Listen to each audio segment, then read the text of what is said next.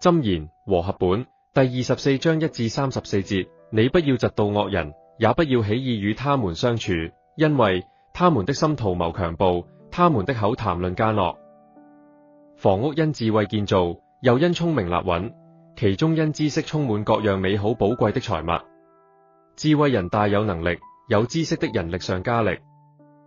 你去打仗，要憑智謀，謀士眾多，人便得勝。智慧極高，非愚昧人所能及，所以在城門內不敢開口。設計作惡的，必稱為奸人。愚妄人的思念乃是罪惡，褻慢者為人所憎惡。你在患難之日若膽怯，你的力量就微小。人被拉到死地，你要解救，人將被殺，你雖攔阻。你若說這事我未曾知道，那衡量人心的豈不明白麼？保守你命的豈不知道麼？他豈不按各人所行的報應各人麼？我兒，你要吃蜜，因為是好的，吃蜂房下滴的蜜便覺甘甜。你深得了智慧，也必覺得如此。你若找着，至終必有善報，你的指望也不致斷絕。你這惡人，不要埋伏攻擊義人的家，不要毀壞他安居之所。因為義人雖7次跌倒，仍必興起，惡人卻被禍患傾倒。你仇敵跌倒，你不要歡喜；他傾倒，你心不要快樂。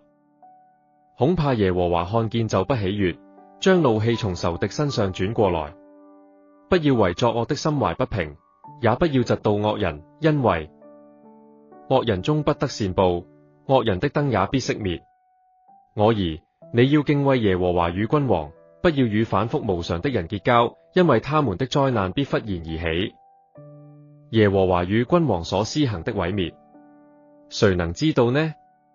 以下也是智慧人的箴言：審判時看人情面是不好的，對惡人說你是義人的，這人萬民必皺嘴，列邦必憎惡。責備惡人的必得喜悅，美好的福也必臨到他。應對正直的，猶如與人親嘴。你要在外頭預備工料，在田間辦理整齊，然後建造房屋。不可無故作見證陷害鄰舍，也不可用嘴欺騙人。不可說人怎樣待我，我也怎樣待他，我必照他所行的報復他。我經過懶惰人的田地，無知人的葡萄園，荊棘長滿了地皮，刺草遮蓋了田面，石牆也坍塌了。我看見就留心思想，我看着就領了訓誨。